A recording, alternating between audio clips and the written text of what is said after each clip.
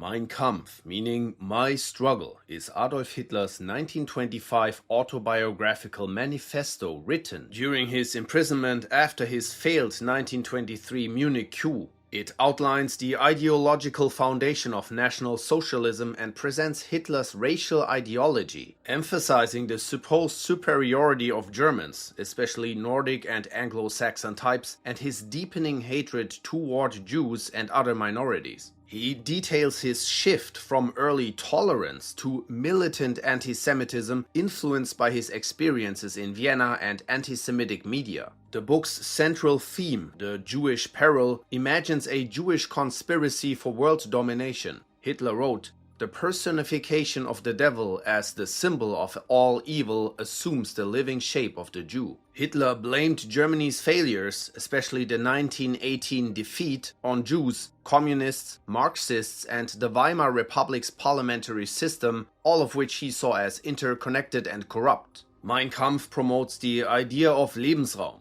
territorial expansion eastward, as Germany's destiny. Hitler saw Slavs as racially inferior and rejected any attempt to Germanize them, believing racial mixing would corrupt the German nation. He presents a racial hierarchy, arguing Aryans must dominate, not mix with so-called weaker races. He endorsed genocide openly, writing that the extermination of Jews would have spared millions of German lives in World War I. The book also defends social Darwinism, claiming the weak should be removed for the strong to thrive. Hitler insisted this natural law justified cruelty and that resisting it brought suffering. He also introduced the Führerprinzip, the idea of absolute obedience to a single leader, rejecting democracy as inherently weak. For him, party strength came not from individual thought but from unified loyalty under authoritarian leadership. Hitler viewed Marxism as a Jewish tool to destroy nations by eroding personality, culture, race, and tradition. He cited the Protocols of the Elders of Zion as authentic evidence of a Jewish conspiracy, further feeding Nazi propaganda. Mein Kampf wasn't widely read at first, but after Hitler became Chancellor in 1933, it surged in popularity. By 1944, over 12.5 million copies were distributed, and it became a central tool to indoctrinate the German public. Historians see a clear foreshadowing of the Holocaust in Mein Kampf. After Hitler's death, the copyright passed to the Bavarian government, which banned reprints in Germany for decades.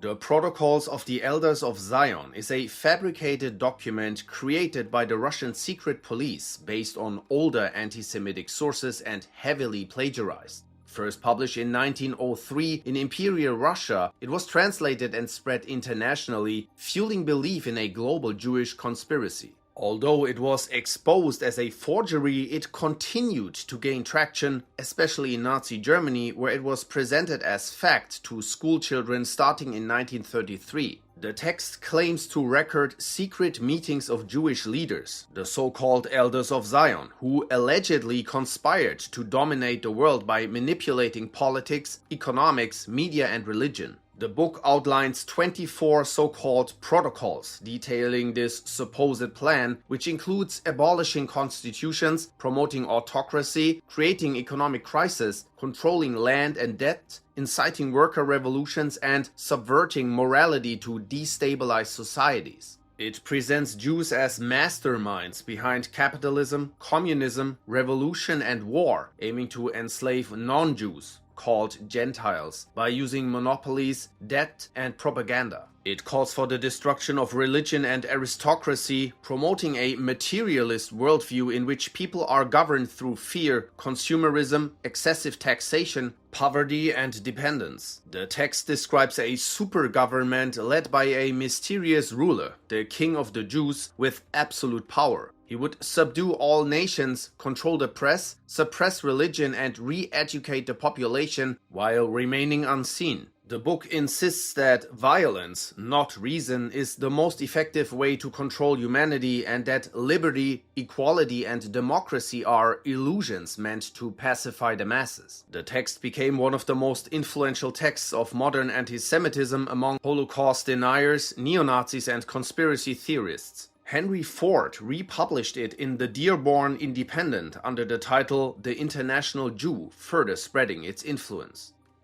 The Communist Manifesto, written by Karl Marx and Friedrich Engels and first published in London in 1848, was commissioned by the Communist League as a concise declaration of the goals of communism and to promote the idea of a society beyond capitalism. It remains one of the most influential documents in history, while also one of the most banned, censored, and criticized. At its core is the claim that all human history is the history of class struggles. Marx and Engels argue that social classes are defined by their relationship to the means of production, like land, machines, tools, and resources, and this conflict between those who own and those who labor is the driving force behind societal change. They identify the modern capitalist era as defined by the dominance of the bourgeoisie, the capital-owning class, over the proletariat, or working class. The rise of industrial capitalism and the global expansion of markets, they say, have created a world economy built on exploitation. The manifesto asserts that under capitalism, the working class is alienated, underpaid, and stripped of autonomy, while wealth and power concentrate in the hands of the few.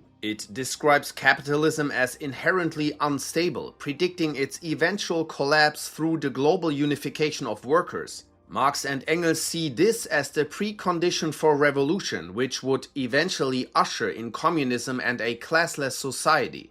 They outline revolutionary demands to erode capitalism and transition toward communism. The abolition of private property like factories, land and machines, and inheritance, a steeply progressive income tax, state control over communication, transportation, all land and banking, confiscation of rebels' property, enforcing universal labor, removing job choice, and the expansion and a merging of industry and agriculture. While its ideals aimed at liberation and equality, the legacy of the manifesto has been polarizing. Some say it laid the ideological groundwork for communist revolutions in Russia, China, and elsewhere, transformations that often led to authoritarian regimes, famines, economic disasters, brutal purges, repression, and state-sponsored violence.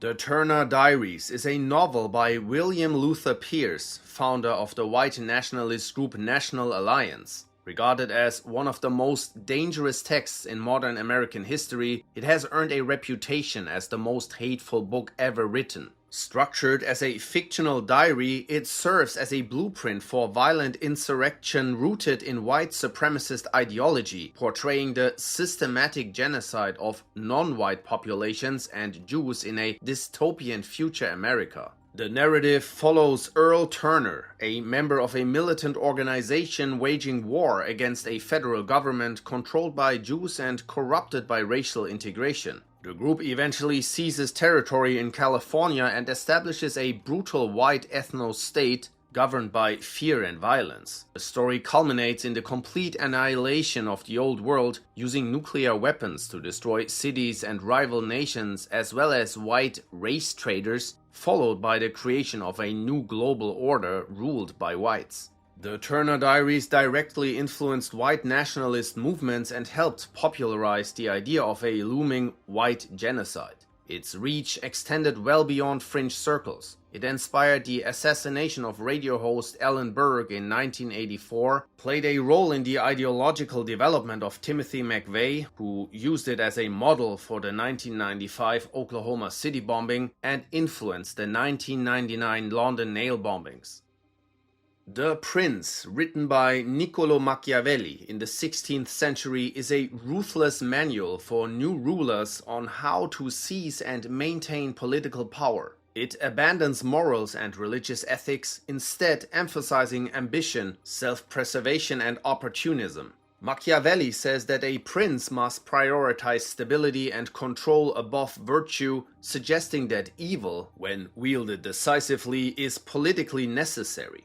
If cruelty is to be used, he writes, it should be swift, surgical, and final. He advises that a prince must learn how not to be good, capable of deception and ruthlessness. He states it's safer to be feared than loved, since loyalty is easily broken while fear ensures obedience. In times of conflict, he argues, a prince should align with whichever side offers the most strategic advantage. A ruler should also only focus on the present, not the future. Machiavelli also recommends the total elimination of rival dynasties and old power structures. Destroy or be destroyed. Rule must be firm, centralized, and personal, he says. The book was radical for its time, openly clashing with Catholic doctrines that linked politics to divine or moral order. Instead, the prince introduced a secular view of politics, laying the foundations for modern realpolitik and reshaping Western conceptions of governance. It spawned the term Machiavellian, now synonymous with political cynicism and manipulation.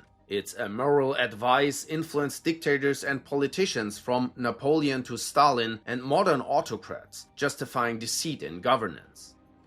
Catechism of a Revolutionary is a manifesto written in 1869 by Russian revolutionary Sergei Nietzsche as a manual for the creation of secret societies and the total destruction of society and the state. It demands absolute devotion to the revolutionary cause, rejecting morality, religion, and traditional society. Nietzsche portrays the revolutionary as a selfless, amoral avenging angel, an expendable resource willing to commit any crime or treachery to overthrow the existing order. The work promotes the idea that the ends justify the means and calls for infiltration, ruthless immorality, manipulation, terrorism, and incitement of rebellion. It became central to the Russian nihilism movement and influenced later radical groups, including the Black Panther Party and Italy's Red Brigades. Critics of anarcho-communism connect the text with the innately violent and nihilistic nature of the philosophy.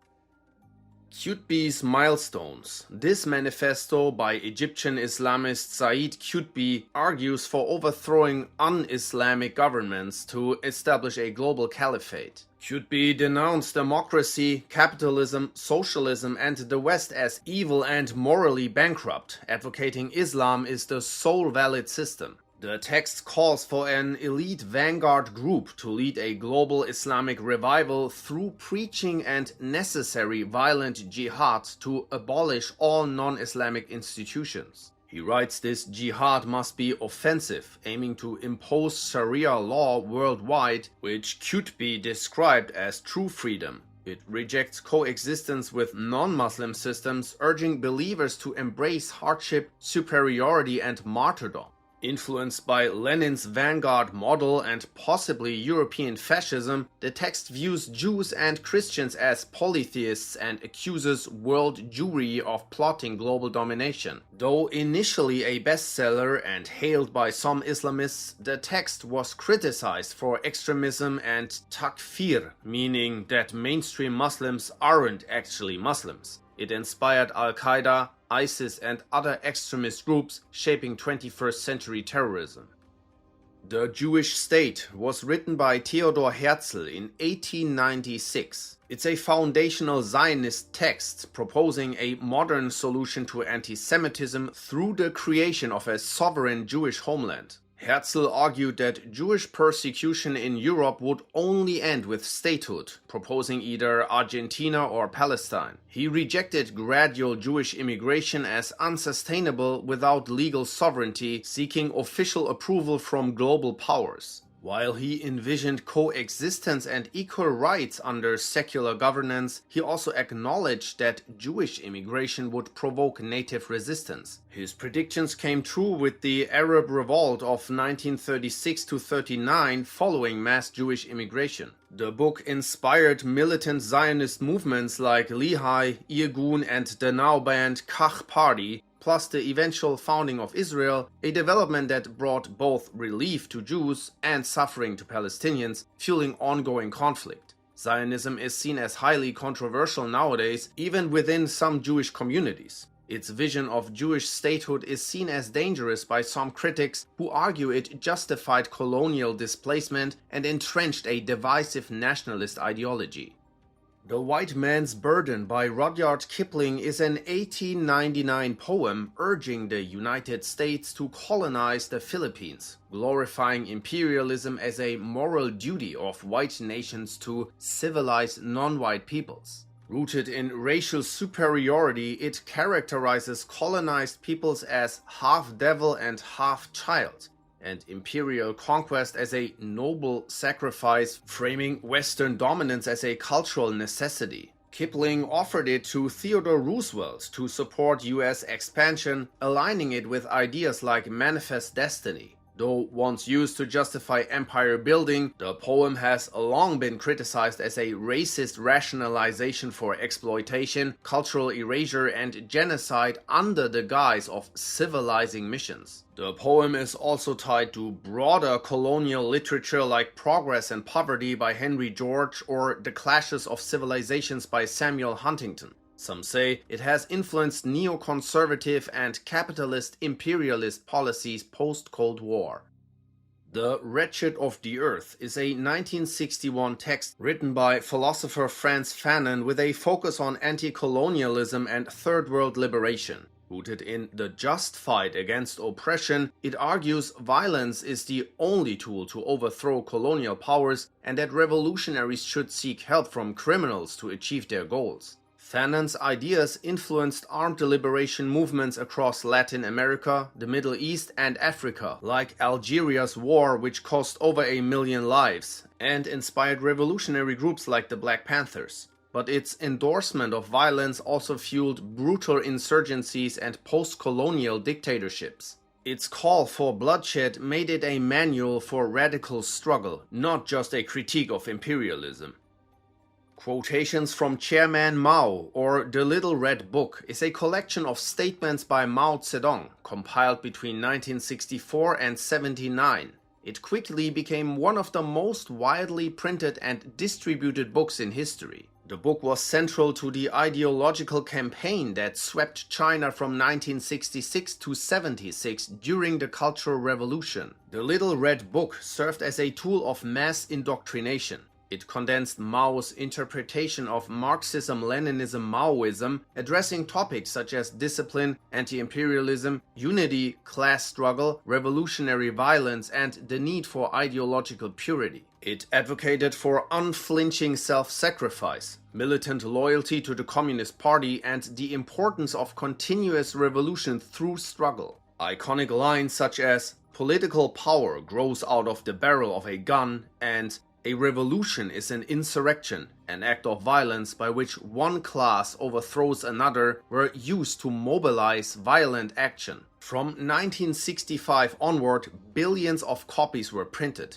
Citizens were expected to carry it, read from it daily, and quote it publicly. Failing to do so or showing disrespect toward the book could lead to denunciation, punishment, or worse. As the Cultural Revolution unfolded, Mao used the book to strengthen his personality cult and rally the youth, especially the Red Guards, to purge the party and society of perceived counter-revolutionaries. What followed was a decade of chaos, violence, purges, persecutions, and displacement. As government functions collapsed and rival revolutionary factions clashed, the book continued to be raised like a holy object in propaganda posters, even more prominently than Mao's own portrait. Beyond the borders of China, the Little Red Book became an icon of global radicalism in the 1960s, especially among student movements.